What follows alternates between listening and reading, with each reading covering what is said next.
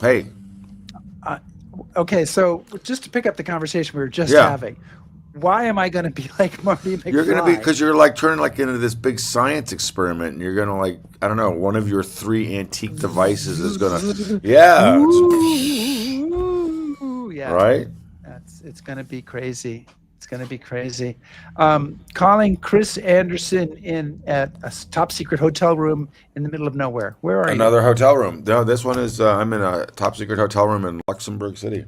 Oh, in Luxembourg City. Are Yeah. you there with a Band of Brothers signature tour? Oddly enough, boy, you're Ooh, astute. Woo, right smoking on it. Right on it. on Yeah. it. And you are in looks I like am in Chicago. the great city of Chicago, which is Mm. home to NASCAR weekend, man. We have got the NASCAR racing going on. Can't believe I have to be here. I can't be in the stands for NASCAR. Whew. I was gonna say, and you tore yourself away so you could be here. That Yeah, there's no sacrifice. chance I go to NASCAR, so that's okay. It's all good.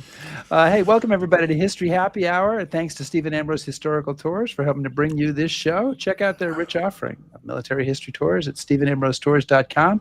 And whether you're watching live, watching on replay, or listening on the HHH Podcast. podcast, we're glad you're here. And today we'll be talking about the United Nations intervention in Somalia in the 1990s. This is kind of recent history for us, I Chris. know it's like current events. It's like a little bit like, oh, there's like politics involved and stuff. Oh, So, don't no. so yeah, we got to be very careful.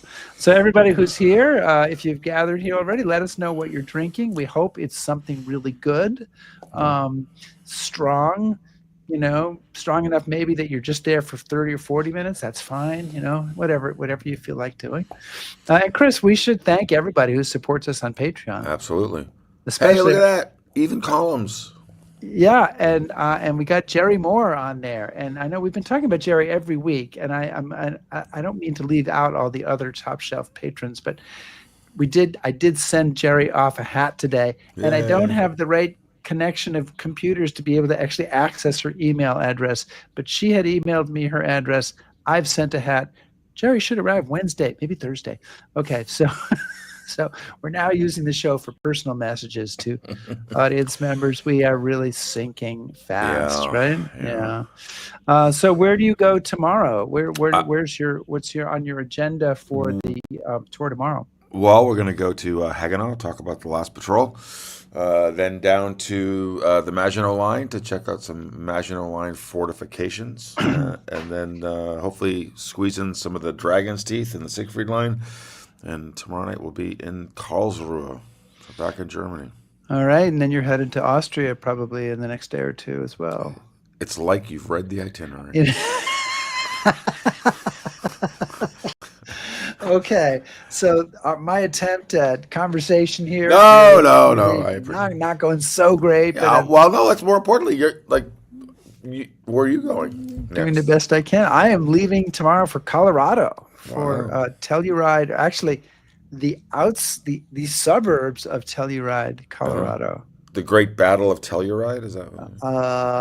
Yeah, I'm leading a tour for the Battle of Telluride. It's a famous civil revolutionary Western war battle Thing.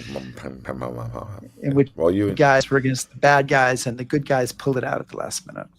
cool. You gonna wear a cowboy hat? So no, it's also where my son lives. So Oh, well, that's why. that's also a reason for visiting. All right. Okay. So I don't know, Chris, we're 3-4 minutes in. Jonathan is probably He's left sorry. He's us. getting up. I noticed he's getting up from his desk, so we I should know probably it's move. very dangerous. So we should probably get going. Why don't you All give right. me a cue?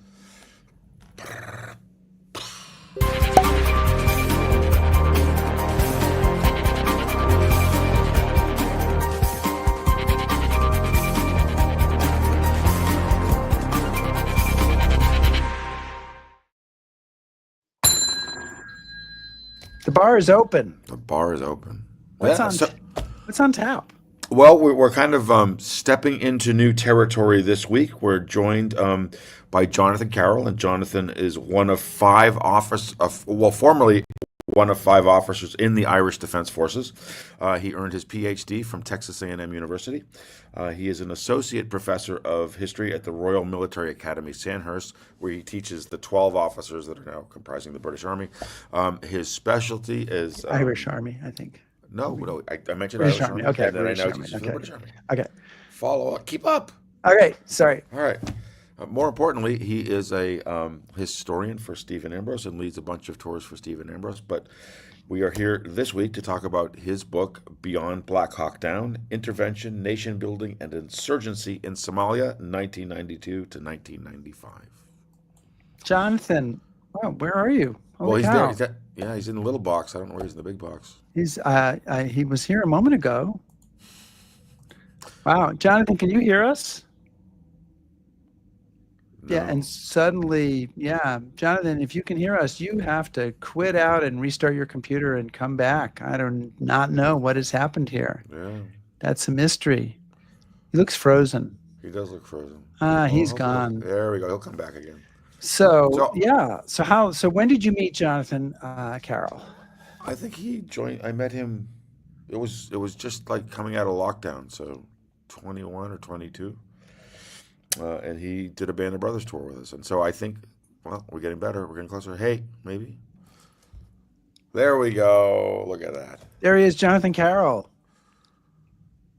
Good afternoon, gentlemen. Sorry about that. Slight technical difficulty. So That's all right. what do you get? Look at the Irish. Look at the Yeah. Irish. It happens from time to time. Jonathan, did you bring a cocktail for this event? I did, but actually in the trepidation before going on air, I drank all of it. So it was very nice, kind of a So you're already regretting the decision drambuie, you know. So to make this show. Chris, do you have a cocktail, or did you just give up earlier tonight? Well, no, I'm afraid the mini bar isn't well stocked, so it's just water. But I'm there in spirit. Well, I got a nice glass of red wine, and it does leak. I have had to refill it a few times, but You're very posh. it should be going well.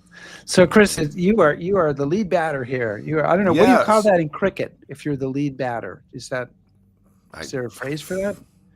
I guess lead batter. Okay, go for it.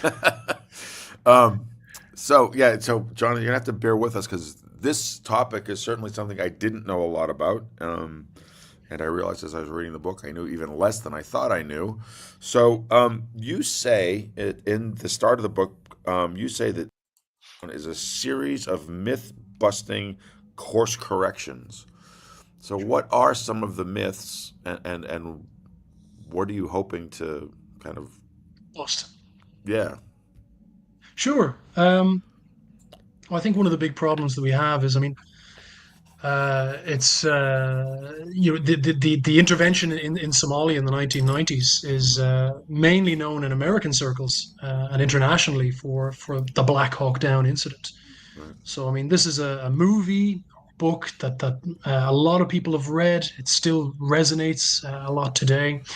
But if you watch the movie, if you read the book, it's not entirely clear why American troops find themselves in Somalia in the early 1990s. And it's not just America that's there. There's nearly 30 other countries who send troops to Somalia. Canada, Italy, France, Australia, Ireland. So what I wanted to do with this book was actually provide a military history, a kind of a linear kind of from through to start at the beginning, work our way all the way through to figure out what is going on in this intervention in 92, 93, and to figure out what's going on, why, and how do we get to the Battle of Mogadishu? How do we get to Black Hawk Down? Why does that happen? What comes afterwards? I think that's the aim of it, certainly. But in terms of course corrections, every time we talk about Black Hawk Down, there's an awful lot of myths that go around with it. One of the ones that comes online usually around every October, around every anniversary, is that Al Qaeda were somehow involved in shooting the helicopters down. This is a myth that still goes around today. There's no truth to that, but it still circulates in the post 9/11 world that we live in. Others, if you watch the movie, you just kind of say, well, why are troops helping Somalis when Mogadishu, in terms of visual presentation, is shown as this kind of chaotic post-apocalyptic city just filled with bandits. And we forget that actually the vast majority of the Somali population welcomed the intervention with open arms. So it's kind of a way of I want to do two things with this book. One was to kind of say, look, here's what happened. Here's what we know happened, and to kind of challenge the myths that are out there, and kind of say, well, actually, in reality, this very different set of events happened. Yeah. Um, so yeah, this is what I'm trying to do. Do a little bit of myth busting, but tell some fresh history on a topic that many people are maybe not so familiar with, but they've certainly kind of come across or heard Black Hawk Down, the term, or read the book, or probably more likely watched the movie. So I wanted to kind of tap into that public interest in an area that is not well understood. Well, so Jonathan, as you said, it's probably something that a lot of our viewers are kind of approaching with just aside from the fact that there's Black Hawk Down, or approaching with a pretty distant point of view. So let's start with some context. I'm going to begin with, where is Somalia, and what's going on there leading up to these events, which take place in the early 90s. How does Somalia become a failed state? Sure. Okay. Well, we'll get the Cliff's Notes version on this, because where is Somalia? First of all, it is the Horn of Africa. Literally, when we hear the Horn of Africa, Somalia forms that horn. It's right across. You can see it on the map there, actually. Yeah. From Yemen. Yemen, we hear about in the news all the time. Of course, because that body of water between Somalia and Yemen at the top of the map, that leads from the Suez Canal. So you have a huge artery of maritime global trade that passes by Somalia, and we hear today about piracy and all of that around the Horn of Africa. So Somalia occupies this really geostrategically important position, certainly in the 1990s, right across from the Persian Gulf and sitting astride one of the world's most important shipping lanes. So that's where Somalia is. If we talk about the context, very briefly, Somalia, we're talking history happy hour, but the history of Somalia is not so happy. It is, up until the 1960s, a colony of Italy, of Britain, France, with a history of also being colonized by neighboring Ethiopia and Egypt. So Somalia gets its independence in 1960, but it's a very corrupt, very weak democracy that actually gets overthrown in 1969 by a Soviet-sponsored coup. So with Soviet support, the head of the Somali army basically overthrows the government and starts a dictatorship in Somalia, quite a brutal dictatorship. A lot of political persecution. There is genocide. There is imprisonment. It is a horror show. So after nearly 2 decades of this, in 1988, a civil war breaks out in Somalia. Various clan-based factions, because Somalia is a clan-based society. A number of clan-based factions rise up to overthrow the government. And when they overthrow the government, these clans then fight with each other to see who will dominate the new Somalia. And we get to 1992, you've had years of civil war, devastation, the country has collapsed. There is disease, lawlessness, a lot of militias that no one controls, and of course, there is famine. So by 1992, well over 500,000 Somalis have died through either violence, starvation, disease. It is fast becoming, the greatest humanitarian disaster of the 20th century. And this is where we get, when kind of scholars or commentators are looking at Somalia in the 1990s, the term they devise for what they're seeing, which is now common in our lexicon, is failed state. So that's how we get there. Okay. So one of the I'm sure I'm not alone in this. One of the only personalities I'm really familiar with from Somalia, as I start to read the book, is Mohammed Farah Adid.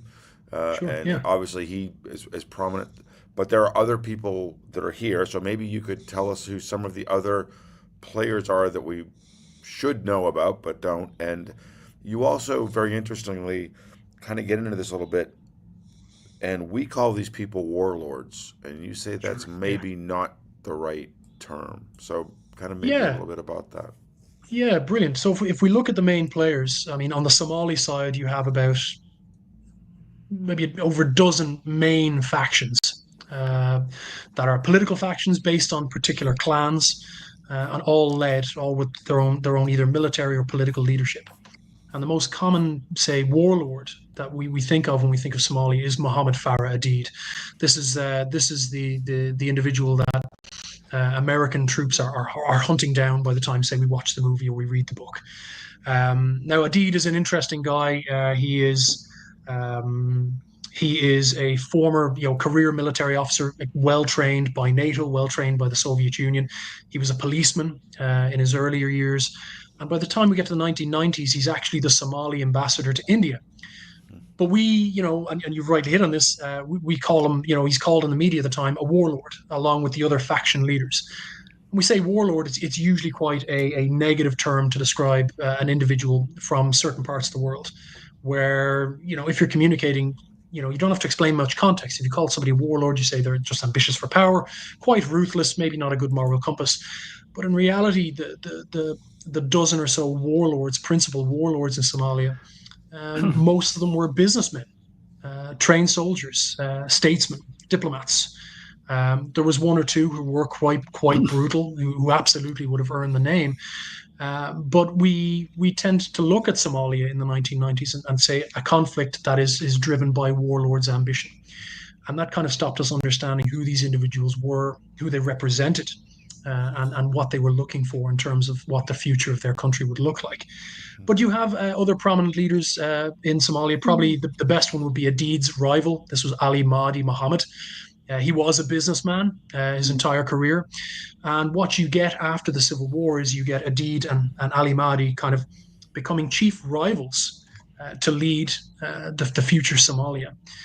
Both men very ambitious, both men very well educated, capable, but both men obviously ambitions to be the next president, and this is certainly an issue.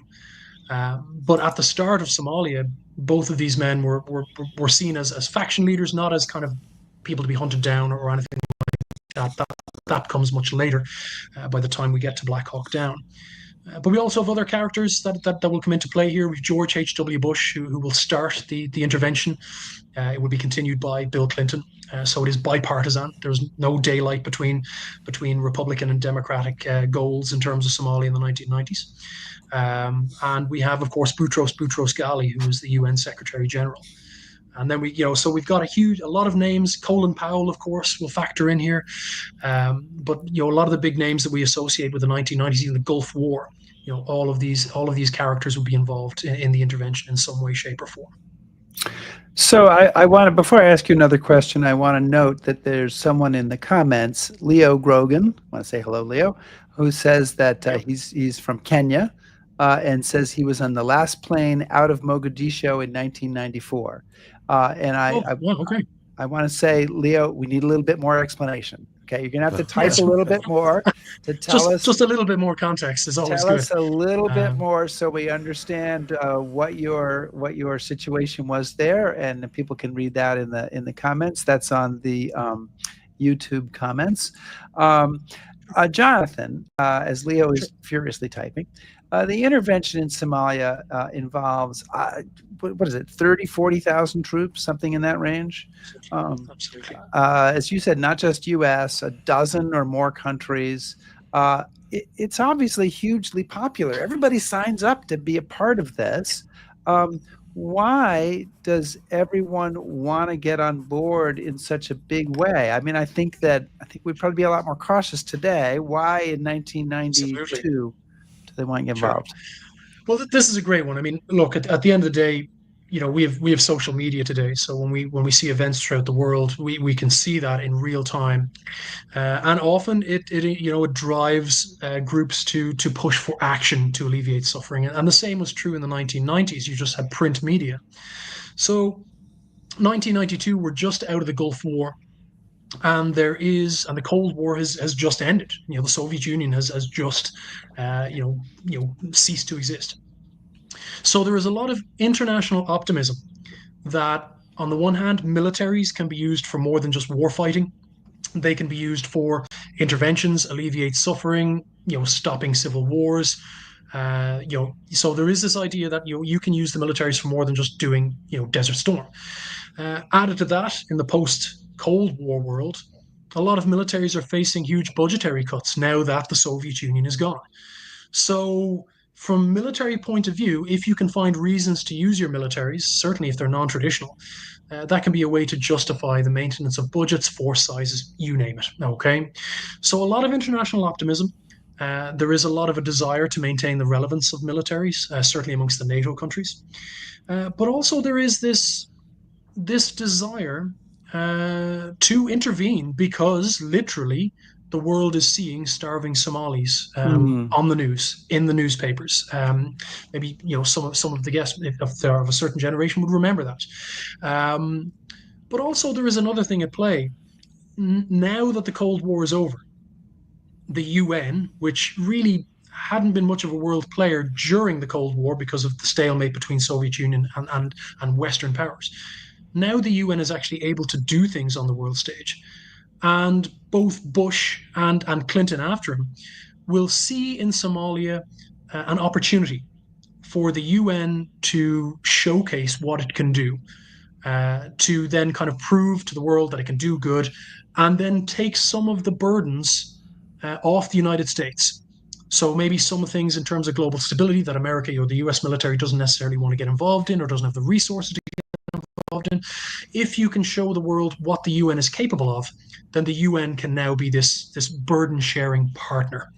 So what you get just after Thanksgiving 1992 is Bush signing off on Operation Restore Hope, this huge multinational intervention into Somalia, nearly 40,000 troops to kind of stop the violence, basically put a fire blanket on it, deprive the fire of oxygen, and in that vacuum, medical supplies, food, NGOs, humanitarian aid can all be delivered to this population in a kind of a demonstration of military power for operations other than war, for reasons other than war fighting, if that makes any sense. Yeah. So, but Jonathan, they run into problems pretty quickly, and you say that even from the beginning, getting the UN peacekeepers into Somalia was a complex process, fraught with frustration and delay.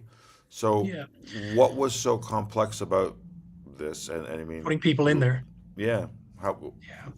Okay. Well, if we think of this as kind of a three-phase intervention, the first phase, the second phase, which I just mentioned to you, is this huge intervention, nearly 40,000 troops.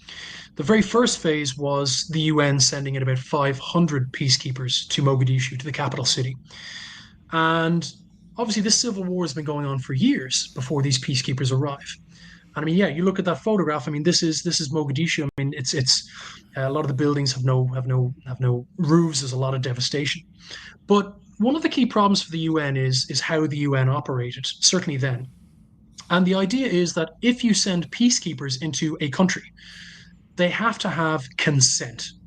So the government of whatever country you're sending them into basically has to say, yes, we want these peacekeepers here.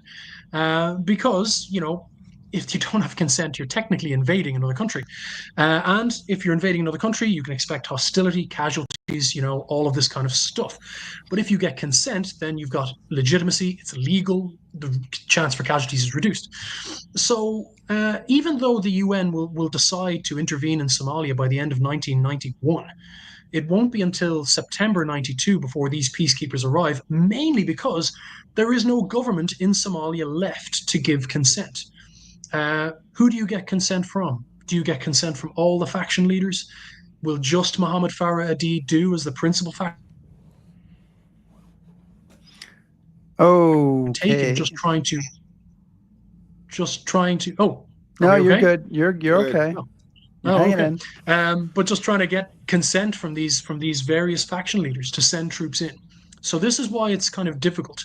But out of that, the UN is deployed to over a dozen other countries at the same time. So it becomes a resource issue. What can be spared for Somalia at this time? And because the UN can send so little, this is why Bush sends in the 40,000 troops. Because, you can send in a huge American intervention with other nations kind of jumping on board as well.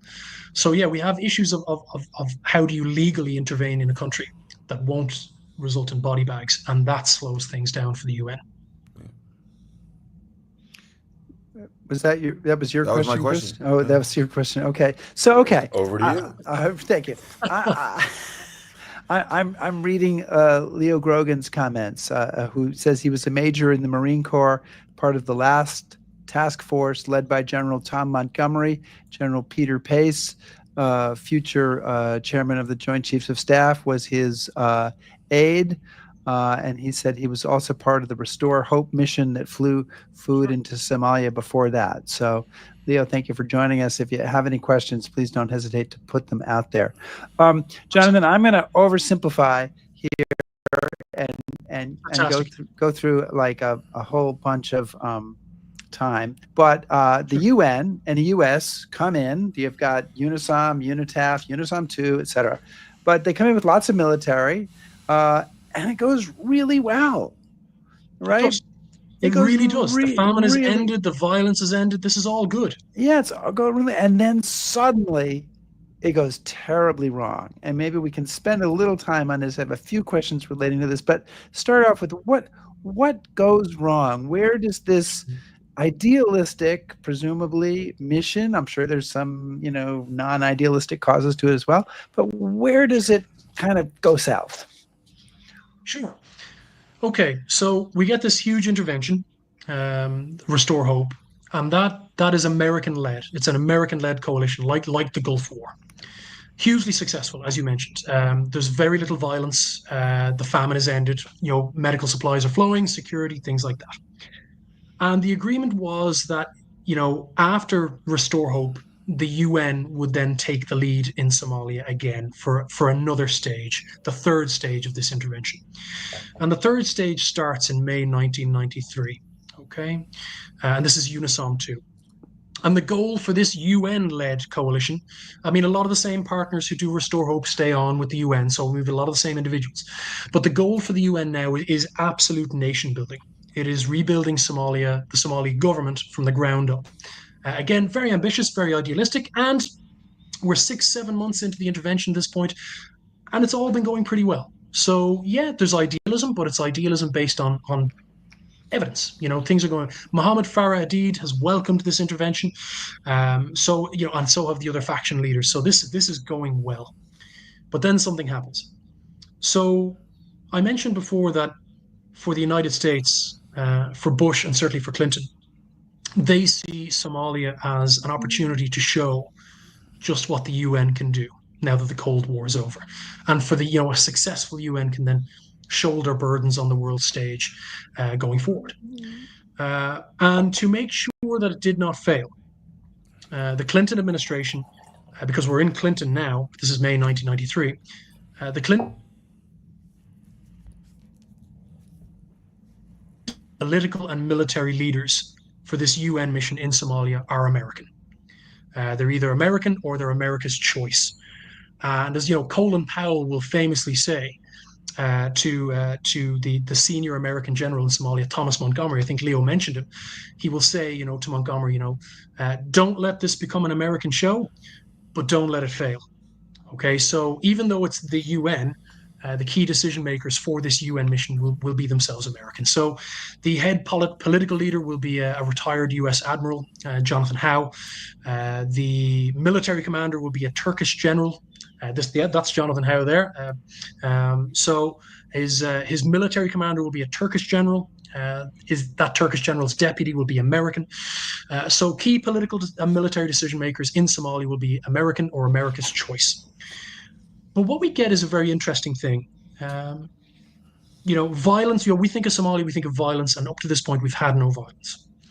So in May 1993, we get an incident, tensions rising dramatically. Because you have, on the one hand, Somali faction leaders, Mohammed Farah Aidid included, who want to kind of keep the peace negotiations, keep some of the negotiations for the future of Somalia going. And the American-led leadership in the UN leadership in Somalia basically says, no, you can't do that. Basically, you get the evidence suggests you get Howe and a few other individuals who basically say, look, the UN will manage every aspect of reconstruction and political reconciliation. Somalis have to, we supervise it, we manage it. Somalis themselves do not manage this. We are gonna manage this thing. And what you're really seeing is that it is of vital importance for the UN to succeed in Somalia. So these decision makers are basically centralizing the political decision making to themselves. They're not letting the Somalis do it. And of course, imagine you're in your country or any country, and all of a sudden, you're being dictated to by an intervening power. I mean, we've seen this movie before in Iraq and Afghanistan. It does not go well. So we get a lot of tension and violence. A random kind of violence will break out in Mogadishu in June 1993. With an attack on UN peacekeepers that leaves a number killed and an awful lot more wounded and mutilated. And the belief is that with these tensions, Mohammed Farah Aidid had to be the one who ordered the attack. Can I jump in? I jump absolutely. in? Because there's another part of this, right? So you've stated this in general terms, but there's a specific person. There is, yes. And she's still alive. I don't want to. Her name is April Glaspie, and I'd never really remembered her name until I read your book. But what role does she play in this? Sure, I would say it's less her as an individual. She's part of a policy. So April Glaspie comes in as Howe's deputy, and Glaspie, before going to Somalia, was the U.S. ambassador to Iraq right before the Gulf War. And there was a lot of controversy because, it was suggested that before the Gulf War, that, when she met with Saddam Hussein, when he kind of said, well, I might have designs on Kuwait, it was alleged that she said, well, if you do, America won't have any problem with that. And of course, he invades Kuwait. America does have a problem with that, and the Gulf War results. So in the aftermath, Glaspie is kind of removed from her post in Iraq, and she's sent to what is seen as a backwater job in a successful mission in Somalia. And it seems, that suggested at the time that actually her experience in Iraq meant that she had a bit of a chip on her shoulder. So she took a very hard line with Mohammed Farah Aidid. Journalists said, if she could ever have been accused of being soft on Saddam, she most certainly wasn't soft on Aidid. So when Aidid suggests these kind of peace negotiations, disarmament talks, Glaspie is one of the key figures, along with Howe and a few others, who basically shut this down and say, no, we are going to manage this, not you. And this causes a lot of the tensions. And what it turns out is happening is that the US State Department has a policy on Somalia that the UN don't know about. And the policy basically is that any of the warlords from the civil war, they can't be allowed to be in the new government of Somalia. And this causes problems because the UN mission in Somalia is to actually prop up these political leaders. So you've got a UN mission doing one thing and the individuals at the senior levels of that mission operating off a completely different policy that is at cross purposes. And you get tension that leads to this violence. And then it is blamed on Aidid, and a manhunt is ordered for his arrest and capture for challenging the international community on the world stage. So, Jonathan, I want to also kind of bring in the Somalis. Sure. A couple questions where we're saying how the mission is going great. It seems to be working. Things are going to change, and we'll talk more about that. But how are the Somalis reacting to this intervention, and how are they viewing this intervention? And I know you talk a little bit about how, the country's bigger than Mogadishu, but we all focus on Mogadishu. So a little bit about kind of their side of this equation. Absolutely. So what we get is the various Somali factions. They can all agree on one point. They don't want the future to look like the past. So they don't want a dictatorship. They want democracy. They want a government like that. And the Somalis themselves as to what the future Somali government will be, and the UN is there to kind of make that a reality. So there are very few instances before the widespread violence breaks out. There are a few incidents of violence towards the intervention, mainly by gangs who were extorting money or making an awful lot of money on the black market, shipping medical supplies, humanitarian aid, that are now out of the job because of the intervention. So there were some small elements of violence there, but not anything major, certainly by the scale of what the intervention is. To give you the best example of how Aidid sees this stuff, sees the intervention himself, on New Year's Day, 1993, George H.W. Bush, who is now, in the waning days of his presidency, he will come to Mogadishu, and to welcome him, Aidid will have a cake made with icing that depicts Bush and Aidid shaking hands. hugely supportive of the intervention. For the Australians who are actually in the interior, the local Somali population offers to house Australian soldiers' families if it means the Australians will stay there longer. There is, again, the vast majority of the population, they see this intervention as a way to rebuild their country, to stop the violence, but also put Somalia on a course to something better after decades of brutal dictatorship and subjugation under the regime that they've fought a civil war to excise. There are, of course, some factions who see the intervention as a threat, but in the main, most of them see this intervention as a good thing. Adid himself and even Ali Mahdi, his chief rival, they will both see the intervention as a way of legitimizing their respective candidacies as future presidents of Somalia. So there is a little bit of violence up to this point, but mainly by kind of those who are losing out due to the intervention. The average population or the mainstay of the population and these factions are hugely supportive of it, hugely supportive. Okay, so I mean, just adding on to kind of what you'd already started to talk about then and kind of bring us back to where we were. How does it turn? Yeah. Well, this is it. And So maybe, you get this. can I build on that question to say, tell us, Please. there's a kind of a precipitating incident with the Pakistanis in June. So tell us a little bit about that as part of your answer. Yeah. So you get this political tension boiling between Gillespie Howe, the leaders of this UN mission, and Adid and some of the faction leaders. And Adid actually has a radio station in Mogadishu called Radio Mogadishu. And he takes to the airwaves and he basically complains, like, oh, I'm being treated unfairly by the UN. They're not giving us a fair shake and that sort of stuff. It's nothing too heavy. You would hear, it's the same stuff you might hear on talk radio. And Gillespie and the UNISOM 2 leadership get fixated with knocking this radio station out. But this is where the Somali public opinion shifts, because the vast majority of Somalis in Mogadishu in 1993, they were, had varying degrees of literacy. It was pretty poor. So they consumed information from the radio. And Gillespie and Howe will order Radio Mogadishu to be shut down on June 5th. 1993. Sorry, they'll order something, a weapons inspection as a guise to get into the radio station to look at ways of shutting it down. And Somalis will protest outside the radio station.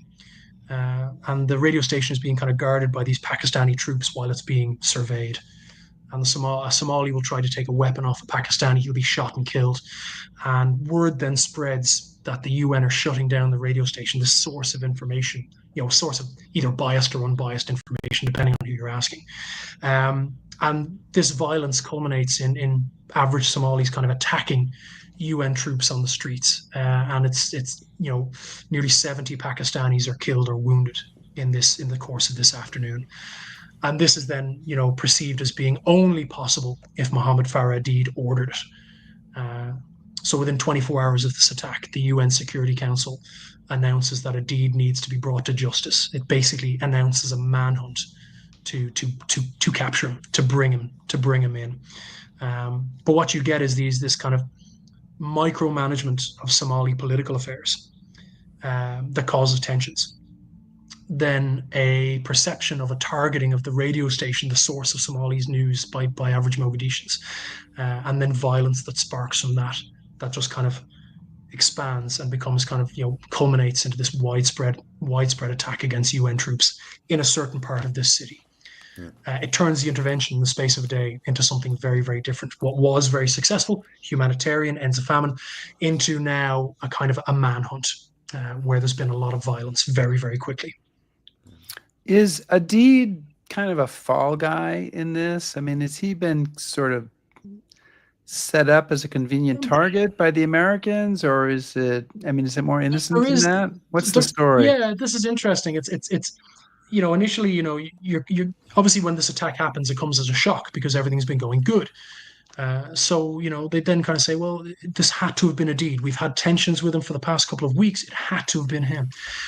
But there is evidence. I found a few cables, a few messages from within the UNISOM headquarters, basically suggesting that if a scenario can be created where Adid and some of the other principal faction leaders can be arrested or otherwise marginalized or taken off the board, then that opportunity should be seized upon. Now, whether this attack is ultimately the result of a conspiracy theory, no, I don't think it is. But I do think that it is simply abysmal decision making in an environment where the interveners simply don't really understand the tensions that they've created and how they can manifest themselves on the streets in violence. But indeed, yeah, I don't like the guy. I have to be very careful here. I'm not an apologist for him, but I think certainly he becomes the fall guy for this violence. It's easier to say this guy ordered it than we made decisions that caused this kind of disaster. So yeah, he ordered it. We're off the blame line. I would say the evidence certainly points in that direction. Yes. So one of the things though that I'd like to know then, Jonathan, is we're looking for, failed policies and bad decisions, and we're talking about, the State Department has a policy. And one of the things I hope people buy your book and they go in to read that shocked me was just how unfamiliar with the whole scenario we were when we went in there. But my question is, as the Americans or the American-led effort, they're making these decisions. You said earlier, you have all these other coalition partners in Somalia. What are they saying? What are they doing? Are they saying, hey, wait a minute, what's going on here? This is interesting. So, look, we've all lived through the war on terror. So we're familiar with words like counterinsurgency, nation building. But even though we all use these words, they're not all understood in the same way by different countries. So when you get this violence in Mogadishu and this desire for a manhunt, there's a number of coalition countries that actually say, well, hold on here. We're supposed to be peacekeeping. We're supposed to be here to help. Now we're actually kind of launching a military campaign against one of the chief Somali political leaders, who was quite popular because he was one of the main kind of actors in winning the civil war against the previous dictatorship. So obviously Adid is a popular guy. So other partners like the Italians, who have a colonial history with Somalia, they get really uncomfortable once this kind of fighting breaks out, because there are certain nations, America maybe chief amongst them, who are willing to use violence in Mogadishu to kind of hunt Adid down, whereas the Italians, the French, other nations are kind of saying, no, we're not supposed to go to war in the cause of peace. We should be a little bit careful about this, because, when the violence breaks out, there's huge civilian casualties. Mogadishu is population, 1 million people. So every rocket that gets fired, every machine gun, every explosion, there is civilian casualties. So it gets to the point where some coalition partners in Somalia either pull out, or they say, we are actually not going to take part in these particular missions, or we're not going to operate in Mogadishu because we did not sign up for this. And this is not what we should be doing. And a great example of this was that we get this attack on the Pakistani peacekeepers in June. And in July, American intelligence hears that there is a war council convening in a building in Mogadishu. And American helicopters surround this building. And without kind of giving anybody a warning inside, or kind of saying, come out with your hands up or whatever like that, they flatten this building with missiles and cannon fire delivered by helicopter. And what they think is a war council is actually a meeting of clan elders, some religious leaders, to try and discuss a negotiated peace with the UN once this fighting breaks out. And of course, when you've leveled this building, of course, this further inflames local opinion against certainly Americans. But it is again showing that there's Howe will get a famous memo basically saying, we're working for the UN here. Does the UN basically carry out assassinations? Aren't we supposed to arrest people and bring them to trial, not just knock them out on the head? So you get a lot of tension, political tension, both in Somalia and in the home countries of all these interveners, and a lot of tension on the ground between various contingents who say, well, I'm not going to work with these guys. I'm not going to do this particular mission. I'm not going to actually kind of carry out that order, certainly not that way. There's an awful lot of friction. There's an awful lot of tension between these different groups. And it causes an awful lot of problems on the ground for the military. So in October of, what year are we in? 1993. 93, yeah. October 93. So, the day of the Battle of Mogadishu. We don't have to go over it in terrible detail, but on the ground in Mogadishu. Um, Somalis shoot down 2 American helicopters. There's fighting that goes on for almost 24 hours. 18 Americans are killed. Hundreds of Somalis are killed here mostly in the Aidid territory here in in the center Mogadishu. in the center of the map, if you at the center of the map, you can see a deed territory. The 2 helicopters are shot down, probably very very close to the word the typed word a deed. Right, one to the north, one to the south. Exactly. Yes. So it's funny you talked about this. Like in the movie, there's nobody. The Somalis are just this general anonymous mob. So my question for you is, who are the Somalis who are there? Are they organized militia? Are they a mob who's angry with the way things are going? Do we not know? Yeah. What do we know about the Somalis who are involved in this fight, and who, by the way, take on hundreds of casualties, if not more, on this day? Huge casualties. Well, can I add on to that though, Jonathan? Because this is something I'm really curious about. How are the Somalis? Because obviously you've described a country that's devastated, right? How are they sustaining this fight? So Sure. Wrap all that up. So how do Somalis sustain the fight is the easiest one to start with. Because of the civil war, which goes on for a couple of years, Somalia becomes awash with weapons. I mean, seriously tooled up. So there is weapons galore there. You can buy an AK-47 at one point for as little as $10. So plenty of weapons. Who are the Somalis who will fight? So if we watch Black Hawk Down, you kind of get this idea the Somalis are just kind of random. I don't want to say the word mob, but just ill-disciplined actors, who are just blasting out doorways, doing that kind of stuff. A lot of these Somalis are militia. A lot of them, like Adid, were former professional soldiers in the Somali National Army before the Civil War. So they're well-trained, well-led, well-motivated. They're Adid's men. But added to this, you have a number of locals who will join in because either they've had relatives killed in the fighting. Because we can't forget the violence starts in June. Battle of Mogadishu is October, so it's been actually 4 months of warfare in this city with huge civilian casualties. So you have a lot of people who have access to grind at this stage because of the indiscriminate use of force in the city. So when Americans get bogged down, yes, you have Adid's militia who will probably be more on the professional end of the spectrum, but you will have average people who will come out and join in. Because they feel like they've been terrorized in some cases for the past couple of months, and scores to settle.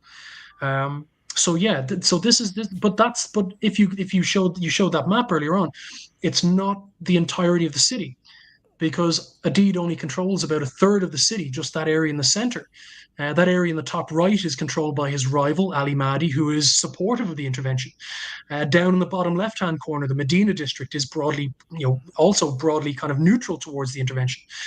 So you might remember at the end of Black Hawk Down, as American troops are jogging back to the stadium, they're being cheered on by friendly Somalis, because the reality is that actually most of the population of Mogadishu are supportive of the intervention. Task Force Ranger, the American Special Operations Forces, they're fighting against, just Adid's militia in Adid's chunk of town, an area about the size of Windsor. So yeah, out of all of Somalia, you've got violence in just one part of town. Well, Windsor's known for being a little rough, so I get that. Windsor is it's all those kind of bearskins, it's all those redcoats marching around. It's all those royals who are stirring things Yeah, up. absolutely. So yeah, what we I'm end not up sure with whose is question it is. Yeah. Oh, go ahead. no, it's not. Jonathan. But what we Your end turn. up with is the most intense fighting for the U.S. military since the end of the Vietnam War. It's 15 hours of intense combat. And probably one of the biggest tragedies of it is that, this battle takes place just a couple of days after the Clinton administration has decided to negotiate with Adid to basically end the war. So this thing happens. I'm as a historian, I'm always very, very, very careful of counterfactuals, or things can end differently. But I think it is safe to say that with this policy shift towards negotiation, this Black Hawk Down incident, I would argue it shouldn't have happened. It certainly didn't need to happen. Because now, politically, the White House has said we're going a different direction now. The manhunt is over. So, but this is going to lead to consequences, and you talk about, all right, after this, there's this weird situation where the military on the ground are like, we just kicked their butts, and let's go do what we do. Let's go But again. the Yeah. the wind seems to have gone out of the sails there. So what are some of the Yeah. So, Yeah, and consequences? can I build on that? Yeah. There's this great quote you have from Michael Whetstone, who was an officer with the 10th Mountain Division, who said, "Much like Tet in Vietnam, American and UN forces had clearly and utterly defeated the enemy, only to have the government fold when they had the upper hand. Politicians pulled defeat from the mouth of victory." yeah. So, what's your take? Yeah. So, yeah, I mean, we have to look at this in an interesting way. Um, you watch Black Hawk Down, the movie ends with the ramp going up, on the aircraft, holding the bodies of those who have died. And we don't really get an idea of what comes next. But actually, the next day, even though, the United States has suffered 18 fatalities and over 100 wounded, the mood in Mogadishu amongst American troops and UN troops is like, we've won. We've inflicted huge casualties on a deed. Now is the chance to militarily finish him off. So everybody preps, everybody, the UN, American troops, they all gear up for, another offensive to actually finally do this thing. When word comes that Clinton has actually addressed the nation and the world just a couple of days after the battle to say, actually, no, America is pulling out. And the question is why? Mainly, it is because for months, the US government has been telling people that Somalia is a humanitarian mission, it's not combat. But now, for months, they've been seeing news headlines of violence, and now 18 Americans have been killed. And worse still, news media will broadcast footage of the bodies of the helicopter crews, American helicopter crews, their bodies being dragged through the streets of Mogadishu and mutilated and desecrated. And basically, this causes a groundswell of outrage amongst the American public on both sides of the political spectrum to say, what are we doing in Somalia? And whatever we're doing there, it's not worth this. So get out and get out right now. And of course, Clinton is in his first term. He's in the first year of his first term. So this is a huge thing, and now Somalia is kind of having more is more trouble than it's worth, as seen from the White House perspective. So even though on the ground, coalition forces, while bloodied, are kind of saying, well, we're going to definitely win the next one. But all those troops can effectively say that they achieved their mission. They do the raid on October 3rd. They capture who they want to capture, and they withdraw them. Now they take orders of magnitude more casualties than they expected, but they achieved their mission. So tactically, it's a victory, and that's what troops in Mogadishu are looking at. We won the local firefight. Now let's finish it. But at the strategic and political level now, this is huge. Okay, it's too big to ignore. It's embarrassing. It's failure, and there's 18 dead Americans. And the question being asked is, for what? So with that, Clinton will say, right, we're leaving, we're pulling out. But the very strange thing is that after the Battle of Mogadishu, there is huge progress made in the nation building mission. Once the war ends and a deed comes back into the fold, and he will, there is huge progress made in terms of getting this government off the ground. And Leo mentioned that he left in 1994. American troops will withdraw 6 months after Black Hawk Down. And when they leave, a lot of the other Western countries will also go, leaving a much this mission to rebuild the country was working. So yeah, there's a lot of consequences in terms of, we can go into that if you like, but I know you probably have more questions. So Jonathan, I had a question, or as I'm reading it, you talk about the failures and sort of the consequences of that. But what really shocked me was the lack of kind of institutional memory that's kept. You say that we've gone through this, and then later on, as the world changed, we start to develop manuals for counterinsurgency and all these sort of things, and we don't even talk about this. Exactly. So So why do we yeah, willfully, you know? Well, I think it's funny. As historians, we always talk about institutional memory, and we forget that bricks and mortar don't remember anything. It's humans who remember things. So what you get, certainly when the United States leaves Somalia, and this is one of the interesting points of my book, we call Somalia peacekeeping or something. We say it's a UN mission. We like to categorize things. But in reality, Somalia is very much a teaser trailer of Iraq and Afghanistan a decade later. It is counterinsurgency, you've IEDs, you've got all this sort of stuff going on. But the issue is that coming out of Somalia, um, the US military treated it like a bad relationship. They took everything that reminded them of that relationship, put it in a box, and they threw it off the nearest bridge into the river and said, well, I'm never going to do that again. And I mean, this is the same thing the US military did right after Vietnam. So after Vietnam, things like counterinsurgency was taken away from doctrine, from manuals. The US military believed that if you don't teach troops how to do counterinsurgency, the government will never ask us to do it again. And really, Somalia kind of doubles down on that. It's like, we won't have to do it. Any war we fight going forward will be like the Gulf War, over in 5 days, clean fight, good fight, whatever. Something like Somalia or Iraq 2.0 or Afghanistan, we're never going to have to do that. But the problem is that less than 10 years later, the US military will go to war in Iraq and Afghanistan with no counterinsurgency doctrine, kind of stumbling through nation building. And they won't look back on Somalia at all and say, well, hold on, what worked, what didn't, why did it all go wrong? And how do we kind of avoid making those same mistakes again? And they will make some of the same mistakes again in Iraq and Afghanistan that are made in Somalia. But it's mainly due to this kind of thing of like, that's a bad episode, it's traumatic, let's just forget about it and move on. And we'll never need to actually think about it or revisit it. But sadly, that's just not how the world works. Jonathan Carroll, thank you so much for joining us today on History Happy Hour. Believe it or not, an hour has gone by, or almost an hour. I know. So sorry. We could talk for hours. No, it's good. But Jonathan is the author of the book Beyond Black Hawk Down: Intervention, Nation Building, and Insurgency in Somalia, 1992 to 1995. It just came out. I think it just came out this week or something like that. Yeah, so, just this week. Yeah, just the past few days. So, so it's There's a new History book. Happy Hour being current again. Right, check it out. It's a fascinating, in-depth telling of this story, and definitely worth the read for sure. I'll carry a lot of those lessons with me for a long time. So, Jonathan, thank you so much. I saw you. I think it was on D-Day in Normandy, and I hope on Omaha Beach. Yeah. Hope to see you again sometime soon. Fantastic. Thank you, Rick. Thank you, Chris. All right, cheers. And thank you, everybody. Oh yeah, thank you. So Chris, really, that was good. It was. Yeah. We could get into doing more recent history. Not too recent. Have to find the books.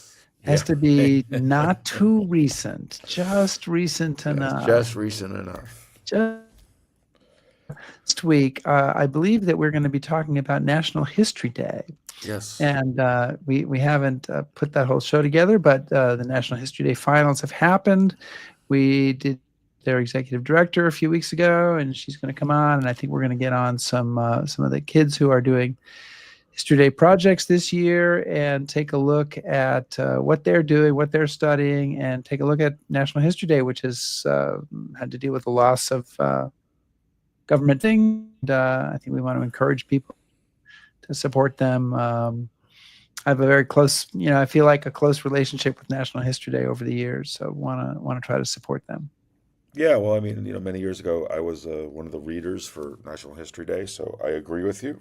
It's an important thing, and let's be honest, we like to encourage all the winners and budding historians because we need more people that are doomed. We need younger people to take over, right, and to come on the tours and all this stuff. So we definitely want people to be interested in history. And so that's a good reason to support that. Anyway, listen, guys, it's thank you so much for joining us today.